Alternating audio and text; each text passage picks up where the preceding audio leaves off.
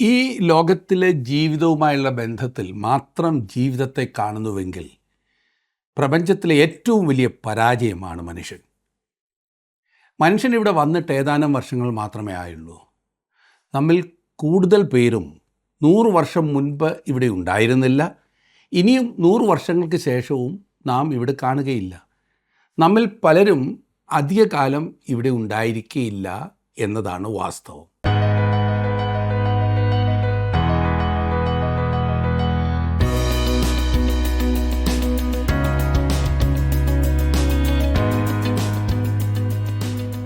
ജീവസന്ദേശം പ്രോഗ്രാമിലേക്ക് എല്ലാ പ്രിയപ്പെട്ടവർക്കും സ്വാഗതം.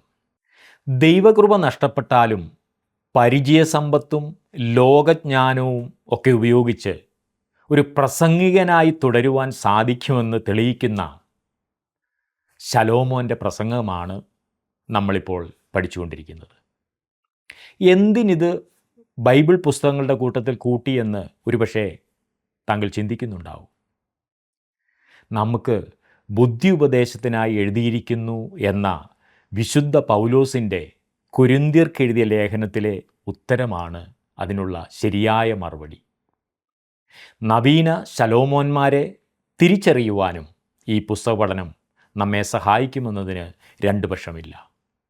സഭാപ്രസംഗി 1-ാം അധ്യായം 4 മുതൽ 11 വരെയുള്ള വാക്യങ്ങളിലേക്ക് നമുക്ക് നമ്മുടെ ശ്രദ്ധയെ തിരിക്കാം.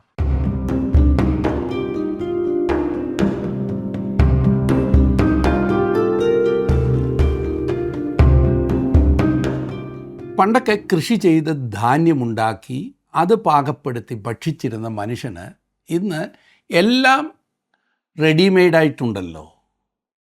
ഏതൊരു സാധനവും എവിടെയിരുന്നും എപ്പോൾ വേണമെങ്കിലും ഓൺലൈനിൽ ഓർഡർ ചെയ്താൽ ലഭ്യമാകുന്ന ഇന്നത്തെ സൗകര്യങ്ങൾ അവിശ്വസനീയമാണ്. ഇത് എന്നും കൂടിക്കൂടി വരുന്നതേ ഉള്ളൂ. സൗകര്യങ്ങൾ കൂട്ടിക്കൂട്ടി കാണുകയാണ്. എന്തെല്ലാം പുതിയ പുതിയ സൗകര്യങ്ങളാണ്. ലോകത്തിൻ്റെ ഏത് കോണിലും നടക്കുന്ന സംഭവങ്ങൾ അപ്പോൾ തന്നെ ലോകത്തിൽ ഏതൊരു സ്ഥാനത്തും ഇരുന്ന് കാണുവാനുള്ള സംവിധാനം, ലോകത്തിൻ്റെ ഏതൊരു മൂലയിലും ഇരിക്കുന്നവരുമായി എപ്പോൾ വേണമെങ്കിലും സംസാരിക്കുവാനുള്ള സൗകര്യം, അങ്ങനെ സൗകര്യങ്ങൾ ഒന്നൊന്നായി വർദ്ധിച്ചുകൊണ്ടിരിക്കുന്നു. എന്നാൽ ഈ ഈസി ജീവിതം കൊണ്ട് മനുഷ്യൻ സംതൃപ്തനാണോ? ഈ കാണുന്നതെല്ലാം മനുഷ്യന് സന്തോഷവും ആനന്ദവും നൽകുന്നുണ്ടോ? ഇതൊക്കെ നിറഞ്ഞ ഒരു ജീവിതത്തെ ആണോ മനുഷ്യന് നൽകിയിരിക്കുന്നത്? അതോ ഇന്നും ശൂന്യതയാണോ? ഇസ്രായേലിലെ രാജാവായിരുന്ന ശലോമോൻ്റെ പരീക്ഷണങ്ങളാണ് സഭാപ്രസംഗിയുടെ പുസ്തകത്തിൻ്റെ 1-ാം അധ്യായത്തിൽ 4-ാം വാക്യം മുതൽ 12-ാം അധ്യായത്തിൻ്റെ 12-ാം വാക്യം വരെ നാം കാണുന്നത്. ശലോമോൻ്റെ പരീക്ഷണങ്ങൾ, ഒന്നാമതായി ശാസ്ത്രരംഗത്താണ് അവൻ പരീക്ഷണം നടത്തുന്നത്. അവൻ പ്രകൃതി നിയമങ്ങളുടെ ഒരു പഠനം നടത്തി. ശലോമോൻ അത് ചെയ്തു എന്ന കാര്യം ശ്രദ്ധേയമത്രേ. മനുഷ്യൻ ഇന്നും ഈ പ്രകൃതി നിയമങ്ങൾ പഠിച്ചുകൊണ്ടാണ് ഇരിക്കുന്നത്. അതിനുവേണ്ടി മനുഷ്യായുസ്സ് തന്നെ ചെലവഴിക്കപ്പെടുന്നു. ഈ പ്രകൃതി നിയമങ്ങൾ ഉൾക്കൊള്ളുന്ന ഈ പുസ്തകം വളരെ ശ്രദ്ധേയമായ ഒന്നാണ്. നാം സഭാപ്രസംഗിയുടെ പുസ്തകം 1-ാം അധ്യായത്തിൻ്റെ ആദ്യത്തെ 3 വാക്യങ്ങളാണല്ലോ പഠിക്കുവാൻ ആരംഭിച്ചത്.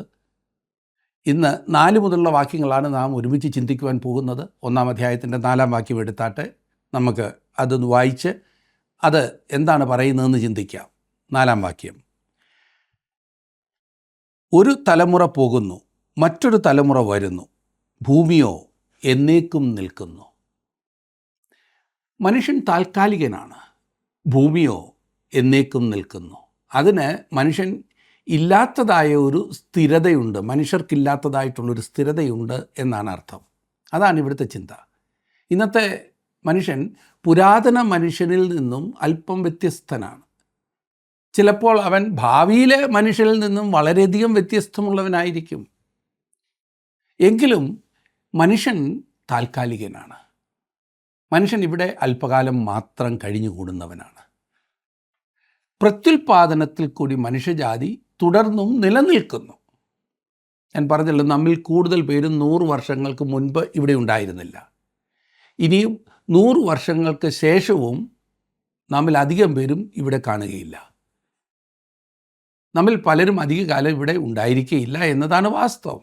എന്നാൽ പിൻതലമുറകളിൽ കൂടി മനുഷ്യജാതി തുടർന്നുകൊണ്ടിരിക്കും. ശലോമോൻ ഇപ്രകാരം കണ്ടു: ഒരു തലമുറ പോകുന്നു, മറ്റൊരു തലമുറ വരുന്നു. ഈ ലോകത്തിലെ ജീവിതവുമായുള്ള ബന്ധത്തിൽ മാത്രം ജീവിതത്തെ കാണുന്നുവെങ്കിൽ ദൈവത്തിൻ്റെ പ്രപഞ്ചത്തിലെ ഏറ്റവും വലിയ പരാജയമാണ് മനുഷ്യൻ എന്ന് കാണുവാൻ കഴിയും. മനുഷ്യൻ ഇവിടെ വന്നിട്ട് ഏതാനും വർഷങ്ങൾ മാത്രമേ ആയുള്ളൂ. ക്രിസ്തു ഭൂമിയിലായിരുന്ന കാലത്തുണ്ടായിരുന്ന ചില മരങ്ങൾ ഇപ്പോഴും ഉണ്ട് എന്ന് നമുക്കറിയാം. എന്നാൽ കോടിക്കണക്കിന് വർഷം പഴക്കമുള്ള പാറകൾ ഭൂമിയിൽ ഉണ്ടെന്ന് ശാസ്ത്രജ്ഞന്മാർ പറയുന്നു. ഭൂമി ഉണ്ടായിട്ട് എത്ര വർഷമായി എന്ന് ആർക്കും തിട്ടമായി പറയുവാൻ കഴിയുകയില്ലെങ്കിലും ഒരു കാര്യം നമുക്കറിയാം: മനുഷ്യനുണ്ടാകുന്നതിന് മുൻപേ ഭൂമി ഉണ്ടായിരുന്നു. അതുപോലെ തന്നെ നമ്മിൽ അധികം പേരും ഇവിടെ നിന്ന് പോയാലും ഭൂമി ഇവിടെ ഉണ്ടായിരിക്കും. അതേ സുഹൃത്തെ, മനുഷ്യൻ താൽക്കാലികനാണ്. താൻ ചിന്തിക്കുന്നത് പോലെയുള്ള വ്യക്തിയല്ല മനുഷ്യനെന്ന് നമുക്ക് കാണുവാൻ കഴിയും. പലരും ജീവിക്കുന്നത് അങ്ങ് നൂറ്റാണ്ടുകൾ ജീവിക്കാമെന്ന ചിന്തയിലാണ്. ഇനിയും ഏതാനും ശ്രദ്ധേയമായ പ്രസ്താവനകൾ പറയുന്നത് നമുക്ക് നോക്കാം. ശലോമോൻ പ്രകൃതി നിയമങ്ങളെക്കുറിച്ച് നടത്തിയ പഠനത്തിൻ്റെ നിഗമനങ്ങൾ അല്ലെങ്കിൽ അതിൻ്റെ ഫലം ഇവിടെ വെളിപ്പെടുത്തിയിരിക്കുന്നു. അവയെക്കുറിച്ച് ശലോമോൻ വളരെ കാര്യങ്ങൾ മനസ്സിലാക്കിയിരുന്നു. ശാസ്ത്രത്തെ സംബന്ധിച്ചിടത്തോളം ഇവ ഇക്കാലത്ത് അടിസ്ഥാനപരമായ കാര്യങ്ങളാകുന്നു എന്നത് വളരെ ശ്രദ്ധിക്കേണ്ടതാണ്. ഞാൻ 5-ാം വാക്യം മുതൽ 7-ാം വാക്യം വരെ വായിക്കാം. 5-ാം വാക്യം: സൂര്യൻ ഉദിക്കുന്നു, സൂര്യൻ അസ്തമിക്കുന്നു, ഉദിച്ച സ്ഥലത്തേക്ക് തന്നെ ബന്ധപ്പെട്ട് ചെല്ലുന്നു. കാറ്റ് തെക്കോട്ട് ചെന്ന് വടക്കോട്ട് ചുറ്റി വരുന്നു. അങ്ങനെ കാറ്റ് ചുറ്റി ചുറ്റി തിരിഞ്ഞുകൊണ്ട് പരിവർത്തനം ചെയ്യുന്നു. സകല നദികളും സമുദ്രത്തിലേക്ക് ഒഴുകി വീഴുന്നു. എന്നിട്ടും സമുദ്രം നിറയുന്നില്ല. നദികൾ ഒഴുകി വീഴുന്ന ഇടത്തേക്ക് പിന്നെയും പിന്നെയും ചെല്ലുന്നു. ശലോമോൻ്റെ കാലത്ത് തന്നെ ഈ കാര്യങ്ങൾ കൃത്യമായി മനസ്സിലാക്കിയിരുന്നു എന്നത് നമ്മെ ചിന്തിപ്പിക്കുന്ന വസ്തുതയാണ്. ഓർക്കണം, എത്ര നൂറ്റാണ്ടുകൾക്ക് മുൻപാണ് ഈ മനസ്സിലാക്കൽ ഉണ്ടായിരുന്നത്. ഈ വാക്യങ്ങളിൽ 3 ശ്രദ്ധേയമായ പ്രസ്താവനകളാണുള്ളത്. ഒന്ന്, സൂര്യൻ ഉദിക്കുന്നു, സൂര്യൻ അസ്തമിക്കുന്നു. പ്രകൃതിയിൽ ഇത് ദിനംതോറും ആവർത്തിച്ചു കൊണ്ടിരിക്കുന്നു. നമുക്ക് പൂർണ്ണമായി വിശ്വസിക്കാവുന്ന കാര്യമാണത്. നാം സാധാരണ പറയാറുണ്ടല്ലോ, സൂര്യൻ ഉദിച്ചുയർന്നു അല്ലെങ്കിൽ അസ്തമിച്ച് താണുപോയി എന്ന്. ഭൂമിയുടെ കറക്കം നിമിത്തമാണ് ഇപ്രകാരം സംഭവിക്കുന്നത് എന്ന് നമുക്കറിയാമെങ്കിലും ഇപ്പോഴും നാം ഉപയോഗിക്കുന്ന പദപ്രയോഗം സൂര്യൻ ഉദിക്കുന്നു അല്ലെങ്കിൽ സൂര്യൻ ഉയരുന്നു, സൂര്യൻ താണുപോയി, സൂര്യൻ അസ്തമിച്ചു എന്നാണ്. നമുക്ക് സ്ഥിരമായതെന്ന് തോന്നുന്ന ഭൂമിയുടെ ഒരു സ്ഥാനത്ത് നിന്നുകൊണ്ട് നോക്കുമ്പോൾ സൂര്യൻ ഉദിച്ചുയർന്നു വരുന്നതായും അത് അസ്തമിച്ച് താഴേക്ക് പോകുന്നതായും നമുക്ക് തോന്നും. എല്ലാ കാലത്തുമുള്ള മനുഷ്യൻ ഈ പദപ്രയോഗമാണ് ഉപയോഗിച്ചിട്ടുള്ളത്. ക്രമമായ രീതിയിൽ സൂര്യൻ പ്രത്യക്ഷപ്പെടുകയും അപ്രത്യക്ഷപ്പെടുകയും ചെയ്യുന്നു എന്നതാണ് അത്ഭുതകരമായ കാര്യം. അത് ചില നിയമങ്ങൾ അനുസരിച്ച് പ്രവർത്തിക്കുന്നു. 2, കാറ്റ് തെക്കോട്ട് ചെന്ന് വടക്കോട്ട് ചുറ്റി വരുന്നു. ചില പ്രത്യേക രീതി അനുസരിച്ചാണ് കാറ്റ് വീശുന്നത് എന്ന് നമുക്ക് ഇന്നറിയാം. ഇന്നത്തെ ആധുനിക ശാസ്ത്രീയ സാങ്കേതിക വിദ്യ ഉപയോഗിച്ചാലും നാം ആഗ്രഹിക്കുന്നത് പോലെ ശരിയായി കാലാവസ്ഥ മുൻകൂട്ടി പ്രവചിക്കുവാൻ കഴിഞ്ഞെന്ന് വരില്ല. ഞാൻ ആരെയും താഴ്ത്തിക്കെട്ടി പറയുകയല്ല. എന്നാൽ നമുക്ക് തന്നെ അറിയാമല്ലോ, പലപ്പോഴും കാലാവസ്ഥ പ്രവചനം ശരിയാകാതെ പോകുന്നു. കർത്താവായ യേശുക്രിസ്തു പറഞ്ഞത് ഇപ്രകാരമാണ്: കാറ്റ് ഇഷ്ടമുള്ളയിടത്ത് ഊതുന്നു. അതായത് ചില നിയമങ്ങൾ അനുസരിച്ചാണ് വീശുന്നത് എന്നർത്ഥം. അതിൻ്റെ ശബ്ദം നീ കേൾക്കുന്നു എങ്കിലും അത് എവിടെ നിന്ന് വരുന്നു എന്നും എവിടേക്ക് പോകുന്നു എന്നും അറിയുന്നില്ല. കാറ്റ് എവിടെ നിന്നാണ് വരുന്നതെന്നോ എവിടേക്കാണ് പോകുന്നതെന്നോ നമുക്കറിയില്ല. കാറ്റ് ഇഷ്ടമുള്ളയിടത്ത് ഊതുന്നു. അഥവാ ശലോമോൻ്റെ ഭാഷയിൽ പറഞ്ഞാൽ കാറ്റ് തെക്കോട്ട് ചെന്ന് വടക്കോട്ട് ചുറ്റി വരുന്നു. ഒരു സ്ഥലത്ത് കാറ്റ് തെക്കോട്ട് വീശുന്നു, മറ്റൊരു സ്ഥലത്ത് വടക്കോട്ട് വീശുന്നു. ചില നിയമങ്ങൾ അനുസരിച്ചാണ് കാറ്റ് അടിക്കുന്നത്. എങ്ങനെയാണ് ശലോമോൻ അതറിഞ്ഞത്? ഇന്നത്തെ ഉപകരണങ്ങളോ അറിവിൻ്റെ പശ്ചാത്തലമോ അന്ന് ശലോമോൻ ഉണ്ടായിരുന്നില്ല. എന്നിട്ടും അവൻ അത് പഠിച്ചു.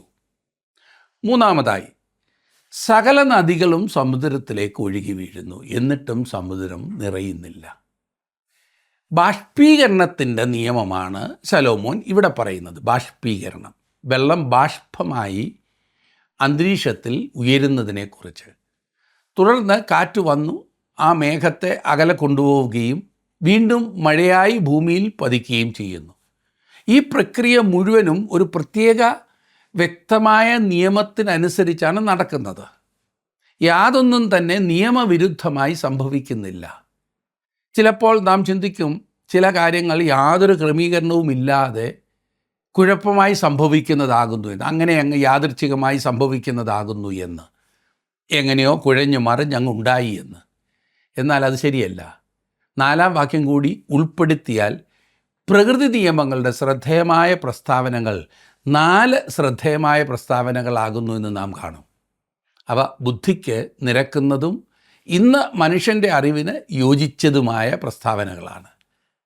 ക്രിസ്തുവിന് 1000 വർഷങ്ങൾക്ക് മുൻപുള്ള എഴുത്തുകളുമായി ഇതിനെ താരതമ്യപ്പെടുത്തി നോക്കുക. ദൈവവചനത്തിൽ താങ്കൾക്ക് കാണുവാൻ കഴിയുന്ന കൃത്യമായ കാര്യങ്ങൾക്ക് പകരം അന്ധവിശ്വാസങ്ങളും തെറ്റായ നിഗമനങ്ങളും അവയിൽ വളരെയേറെ കാണുവാൻ കഴിയും. ഇനി നാം 8-ാം വാക്യത്തിലേക്ക് വരികയാണ്. 1-ാം അധ്യായത്തിൻ്റെ 8-ാം വാക്യം. മനുഷ്യൻ പറഞ്ഞാൽ തീരുകയില്ല, കണ്ടിട്ട് കണ്ണിന് തൃപ്തി വരുന്നില്ല, കേട്ടിട്ട് ചെവി നിറയുന്നതുമില്ല.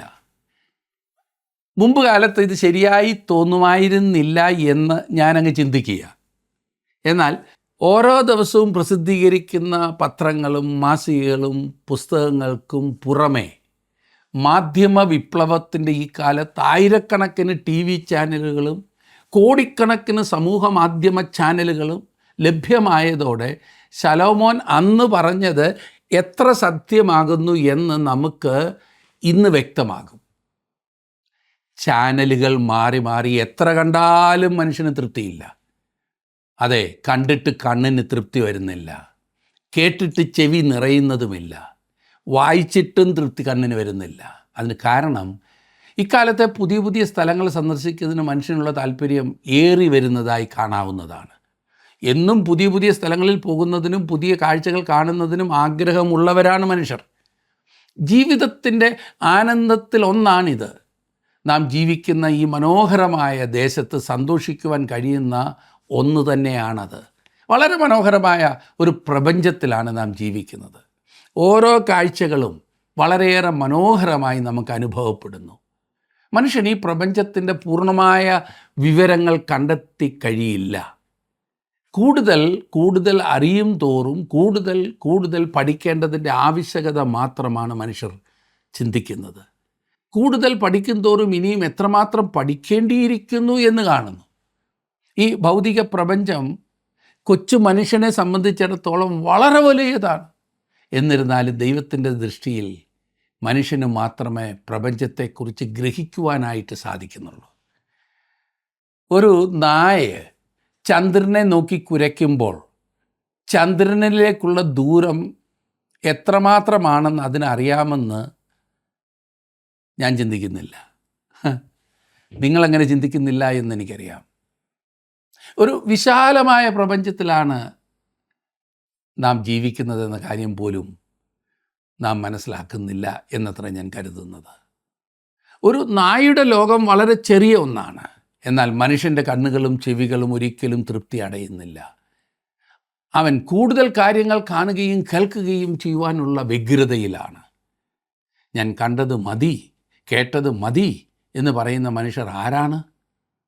ഒരുപക്ഷെ ഇന്ന് പറഞ്ഞേക്കാം, നാളെ പറയില്ല. പിന്നെയും കേൾക്കുവാനുള്ള താല്പര്യം. എത്ര കണ്ടാലും മതി വരില്ല, എത്ര കേട്ടാലും മതി വരില്ല. തൃപ്തി വരാത്തതായിട്ടുള്ള അനുഭവം.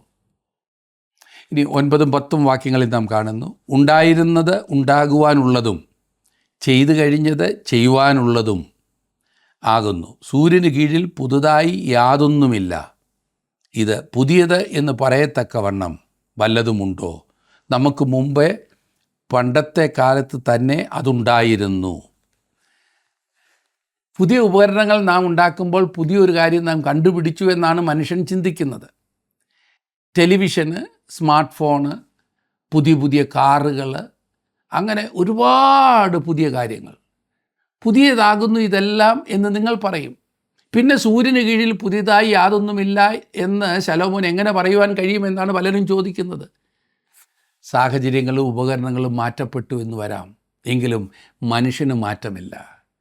മനുഷ്യൻ്റെ വിനോദോപാധികൾ ഓരോന്നും മാറി വരുന്നു എന്ന് മാത്രം. മനുഷ്യൻ്റെ ചിന്താഗതിക്ക് മാറ്റമുണ്ടോ? രംഗം അവതരിപ്പിക്കുന്നതിൽ അല്പം മാറ്റം കാലാകാലങ്ങളിൽ ഉണ്ടാകുന്നു, അത്രയേ ഉള്ളൂ. ഉദാഹരണത്തിന് അണുബോംബ് പുതിയതാകുന്നു എന്ന് പറയാറുണ്ട്. എന്നാൽ ഈ ആറ്റം, അണു, അത് വർഷങ്ങളായി, നൂറ്റാണ്ടുകളായി, സഹസ്രാബ്ദങ്ങളായിട്ടുണ്ടായിരുന്നു. വാസ്തവത്തിൽ ആറ്റം മനുഷ്യനേക്കാൾ പഴക്കമുള്ളതാണ്. എന്നാൽ ഇത്രയും കാലം അതിൻ്റെ അസ്തിത്വത്തെക്കുറിച്ച് മനുഷ്യൻ അറിഞ്ഞിരുന്നില്ല എന്ന് മാത്രം. ഈ ചെറിയ അണുവിനെ, ആറ്റത്തെ ഒരു കുഴപ്പം പിടിച്ച അയൽക്കാരനാക്കുവാൻ മാത്രമേ മനുഷ്യനെ കൊണ്ട് കഴിഞ്ഞിട്ടുള്ളൂ. ഉറങ്ങിക്കിടക്കുന്ന നായുടെ ചെവിക്ക് പിടിച്ച് അവനെ കടിപ്പിക്കുന്ന ആ പ്രവണതയാണ് ഇവിടെ കാണുന്നത്. കമ്പ്യൂട്ടർ പുതിയതല്ലേ എന്ന് പലരും ചോദിക്കും. വാസ്തവത്തിലല്ല. ദൈവം നമ്മെ കമ്പ്യൂട്ടർ തലച്ചോറും വൈദ്യുത നാഡീവ്യൂഹങ്ങളിലുമാണ് സൃഷ്ടിച്ചിരിക്കുന്നത്. ഈ ഉപകരണങ്ങളൊന്നും തന്നെ വാസ്തവത്തിൽ പുതിയതായിട്ടുള്ളതല്ലെന്ന് മനുഷ്യൻ പഠിച്ചു. എന്നാൽ പുതിയതായി ഒന്നുണ്ട്, അതെ, പുതുജനനമാണത്. മനുഷ്യൻ പുതുതായി ജനിക്കുക. താങ്കൾ യേശു കർത്താവിനെ താങ്കളുടെ രക്ഷകനും കർത്താവുമായി സ്വീകരിക്കുമ്പോൾ താങ്കൾ അനുഭവിക്കുന്ന ആ അനുഭവം അത് പുതുതാണ്. അപ്പോൾ അനുഭവിക്കുന്ന കാര്യമത്രേ ഞാനിവിടെ ഉദ്ദേശിച്ചത്. വാസ്തവത്തിൽ ഇത് മാത്രമാണ് താങ്കൾക്ക് പുതുമയായി തോന്നുന്ന കാര്യം. അതുകൊണ്ടാണ് പൗലോസ് പറഞ്ഞു, ഒരുവൻ ക്രിസ്തുവിലായാൽ അവൻ പുതിയ സൃഷ്ടിയാകുന്നു, പഴയത് കഴിഞ്ഞുപോയി, ഇതത് പുതുതായി തീർന്നിരിക്കുന്നു. എന്നെ ശ്രദ്ധിക്കുന്ന പ്രിയ സുഹൃത്തെ, യേശുക്രിസ്തുവിലുള്ള വിശ്വാസത്താൽ വീണ്ടും ജനനം പ്രാപിച്ച് പുതിയ സൃഷ്ടിയായി തീർന്ന ഒരു വ്യക്തിയാകുന്നുവോ താങ്കൾ? യേശുവിന് മാത്രമേ താങ്കളുടെ ജീവിതത്തെ രൂപാന്തരപ്പെടുത്തുവാൻ കഴിയുകയുള്ളൂ. താങ്കളുടെ പാപജീവിതത്തെ മാറ്റി ഒരു പുതിയ ജീവിതം നൽകുവാൻ യേശു കർത്താവിന് മാത്രമേ കഴിയൂ. താങ്കളുടെ നിരാശയെ മാറ്റി ഒരു പുതിയ പ്രത്യാശയും സന്തോഷവും അവൻ താങ്കൾക്ക് നൽകുവാൻ മതിയായവനാണ്. ഈ ലോകത്തിൽ പുതുതെന്ന് താങ്കൾ ചിന്തിക്കുന്നതെല്ലാം പഴയതാകുന്നു എന്ന് മനസ്സിലാക്കുവാൻ അധികം സമയമെടുക്കില്ല. താങ്കൾ പുതിയ വിനോദോപാധികൾ കണ്ടുപിടിച്ചാലും, താങ്കൾ പുതുതെന്ന് ചിന്തിച്ച് പലതിൻ്റെയും പിൻപേ പോയാലും അല്പം കഴിയുമ്പോൾ പണ്ടത്തെ വിരസത മാത്രം ബാക്കി നിൽക്കും. എന്നാൽ ഈ പുതിയ ജനനം, കർത്താവായ യേശുക്രിസ്തുവിലൂടെയുള്ള ഈ പുതു സൃഷ്ടിപ്പ് താങ്കളെ എല്ലാ വിധത്തിലും പുതുതാക്കി തീർക്കുന്നതാണ്. എന്തുകൊണ്ട് താങ്കൾ ക്രിസ്തുവിനെ താങ്കളുടെ രക്ഷകനായ ഹൃദയത്തിൽ അംഗീകരിക്കുകയില്ല? എന്തുകൊണ്ട് താങ്കളുടെ ജീവിതത്തെ ദൈവകരങ്ങളിലേക്ക് സമർപ്പിച്ച ആ പുതുമ അനുഭവിക്കില്ല? അതിനായി ജീവിതത്തെ ദൈവകരങ്ങളിലേക്ക് സമർപ്പിക്കുന്നതാണ് അനുഗ്രഹം. 11-ാം വാക്യം കൂടി നമുക്ക് നോക്കാം. പുരാതന ജനത്തെക്കുറിച്ച് ഓർമ്മയില്ലല്ലോ, വരുവാനുള്ളവരെക്കുറിച്ച് പിന്നത്തേതിൽ വരുവാനുള്ളവർക്കും ഓർമ്മയുണ്ടാകുകയില്ല. ശാസ്ത്രത്തിൻ്റെ പഠനത്തിൽ കൂടി സംതൃപ്തി കണ്ടെത്തുവാൻ ശലോമോൻ ശ്രമിച്ചു. എന്നാൽ ഈ നിഗമനത്തിലാണ് അവൻ എത്തിച്ചേരേണ്ടതായി വന്നത്. പുരാതന ലോകത്തെക്കുറിച്ച് മനുഷ്യൻ ഓർക്കുന്നില്ല. മനുഷ്യൻ വളരെ പ്രധാനപ്പെട്ട വ്യക്തിയായിരിക്കാൻ പരിശ്രമിക്കുന്നു. പൊതുജന മധ്യത്തിൽ തന്നെ ഉന്നതനാക്കി കാണിക്കുവാൻ മനുഷ്യൻ ലോകത്തിലുള്ള സകല മാർഗങ്ങളും ഉപയോഗിച്ചുകൊണ്ടിരിക്കുന്നു. താൻ പ്രശസ്തിയുടെ ആ പടികൾ ചവിട്ടി കയറുവാൻ വേണ്ടതൊക്കെ ചെയ്യുന്നു. ഇല്ലാത്ത ഡിഗ്രി ഉണ്ടെന്നൊക്കെ കാണിക്കുന്നു, ഇല്ലാത്ത സമ്പത്തുണ്ടെന്ന് കാണിക്കുന്നു, സമ്പത്ത് വർദ്ധിപ്പിച്ച് സമൂഹത്തിൽ ഉന്നതനെന്ന് കാണിക്കുവാൻ തത്രപ്പെടുന്നു. എന്നാൽ അധികം താമസിക്കാതെ അവൻ രംഗത്ത് നിന്ന് നീക്കപ്പെടുന്നു. അത് പിടിച്ചു നിർത്തുവാൻ ആരെക്കൊണ്ടും സാധിക്കില്ലല്ലോ. പുരാതന ജനത്തെക്കുറിച്ച് ഓർമ്മയില്ലല്ലോ. നിഷ്പക്ഷമായി ചിന്തിക്കൂ സുഹൃത്തേ. 50 വർഷങ്ങൾക്ക് മുൻപ് പ്രമുഖരായിരുന്ന കളിക്കാർ, അതിപ്പോൾ ക്രിക്കറ്റ് കളിക്കാരായിക്കൊള്ളട്ടെ, ഫുട്ബോൾ കളിക്കാരായിക്കൊള്ളട്ടെ, ഏതെങ്കിലുമൊക്കെ ആയിക്കൊള്ളട്ടെ, അവർ ആരൊക്കെയാകുന്നു എന്ന് ഇന്നത്തെ തലമുറയോട് ചോദിച്ചാൽ പലർക്കും ഓർമ്മ പോലും ഉണ്ടാകില്ല.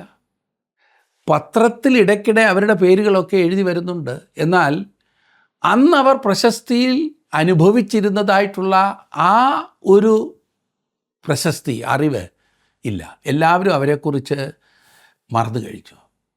നമ്മുടെ ഓർമ്മ വളരെ ചുരുങ്ങിയതാണ്. വളരെ ഉന്നതരായി വിലസിയിരുന്ന പലരും, വളരെയധികം അറിയപ്പെട്ടിരുന്ന പലരും ഇന്ന് ആരാലും അറിയപ്പെടാത്തവരായി ഒരു മൂലയിൽ മാറ്റപ്പെട്ടിരിക്കുന്നു. അനേകരെക്കുറിച്ചും വളരെയേറെ തെറ്റിദ്ധാരണകൾ ഇന്ന് പരത്തിക്കൊണ്ടിരിക്കുകയാണ്. ശലോമോൻ വലിയ പരീക്ഷണങ്ങൾ നടത്തുകയാണ്. ജീവിതത്തിൻ്റെ പരീക്ഷണശാലയിലാണ് അവൻ അവയെ പരിശോധിക്കുന്നത്. മനുഷ്യന് ലഭ്യമായതെല്ലാം അവൻ പരീക്ഷിച്ച് നോക്കുന്നു. ശലോമോൻ്റെ കാലത്ത് അവൻ്റെ പദവിയിൽ തനിക്കിഷ്ടമുള്ള ഏത് രംഗത്തും അവന് കടന്നു ചെല്ലുവാൻ കഴിയുമായിരുന്നു. ശലോമോൻ ചെയ്തത് ഇന്നും പലർക്കും കഴിയാത്ത കാര്യങ്ങളാണ്. ആദ്യമായി അവൻ പ്രകൃതി നിയമങ്ങൾ പഠിക്കുവാൻ സമയമെടുത്തു. എന്നാൽ പ്രകൃതിയിലും ശാസ്ത്രത്തിലും തനിക്ക് പുതിയ ജീവൻ നൽകത്തക്ക വിധം യാതൊന്നും പഠിക്കുവാനില്ല എന്ന് ശലോമോൻ കണ്ടെത്തി. ഇന്നും ഈ തുറയിൽ പരീക്ഷണം നടത്തുന്ന ഒരു വ്യക്തിക്ക് ഈ പറഞ്ഞതായ ഉപസംഹാരത്തിൽ മാത്രമേ വന്നെത്തുവാൻ കഴിയൂ എന്ന് മറക്കരുത്. അതെ, പുതുതായി ഒന്നുമില്ല, ഒക്കെ പഴയത് മാത്രമാണ്. എന്താണ് പുതുത്? പുതുതായി ഒന്ന് മാത്രമേ ഉള്ളൂ. മനുഷ്യൻ ദൈവവുമായി ബന്ധപ്പെടുമ്പോൾ അത് ദൈനംദിനം പുതുമയുടെ അനുഭവമാണ്. പ്രകൃതിയിലെ പഠനത്തിൽ നിന്നും ശലോമോൻ മനസ്സിലാക്കിയത് തൻ്റെ ജീവിതത്തിൽ ഈ പഠനം നിലനിൽക്കുന്ന യാതൊന്നും കൊണ്ടുവരില്ല എന്നത്രേ.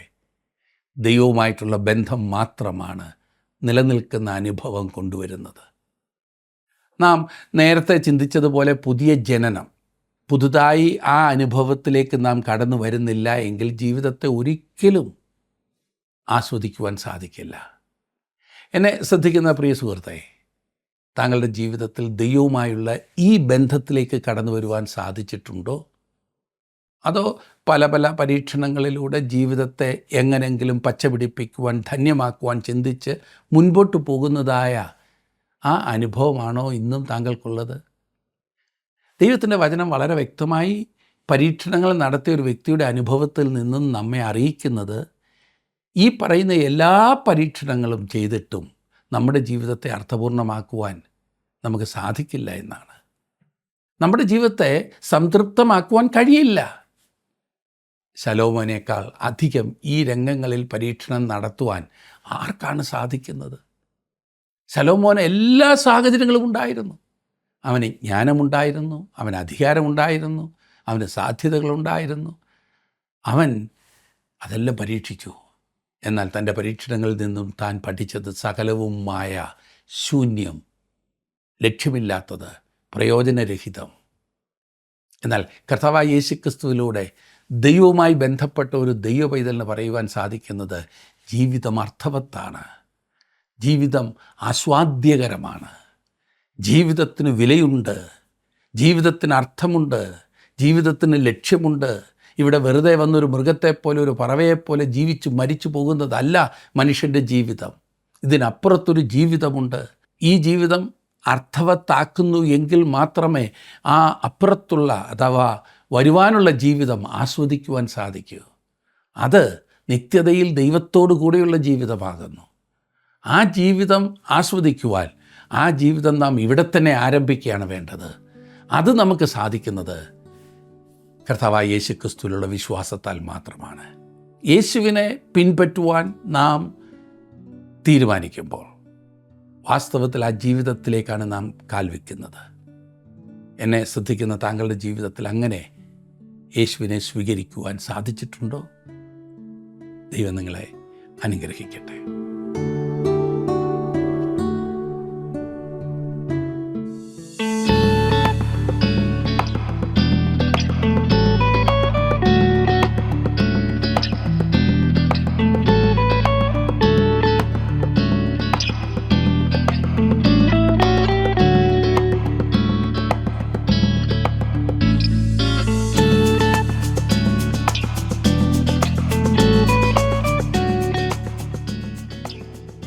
സൃഷ്ടിതാവിനല്ലാതെ സൃഷ്ടിയെക്കുറിച്ച് ആധികാരികമായി പറയുവാൻ കഴിയുന്നത് ആർക്കാണ്?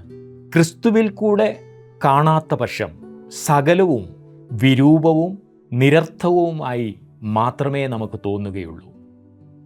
തത്വജ്ഞാനവും വെറും വാക്കും കൊണ്ട് ആരും നിങ്ങളെ കവർന്നു കളയാതിരിപ്പാൻ സൂക്ഷിപ്പീൻ. അത് മനുഷ്യരുടെ സമ്പ്രദായത്തിനൊത്തവണ്ണം, ലോകത്തിൻ്റെ ആദ്യ പാഠങ്ങൾക്കൊത്തവണ്ണമല്ലാതെ ക്രിസ്തുവിനൊത്തവണ്ണമുള്ളതല്ല. ക്രിസ്തുവിനെ കൂടാതെയുള്ള ജീവിതത്തിൻ്റെ നിരർത്ഥകത തിരിച്ചറിഞ്ഞ പൗലോസ് കുറിച്ചിരിക്കുന്ന വാക്കുകളാണിവ. സകലത്തിൻ്റെയും ആരംഭവും അവസാനവും അവിടുന്നാകുന്നു. സകലത്തിനും ആധാരമായിരിക്കുന്ന ക്രിസ്തുവിലാകുന്നു സകലവും സമ്പൂർണ്ണമാകുന്നത്. ക്രിസ്തുവിനെ കൂടാതെ ഒന്നും പൂർണ്ണമാകുന്നില്ല. മഹത്വത്തിൻ്റെ പ്രത്യാശയായ ക്രിസ്തു നമ്മിൽ ഇരിക്കുന്നുവെങ്കിൽ നാം ധന്യരാണ്.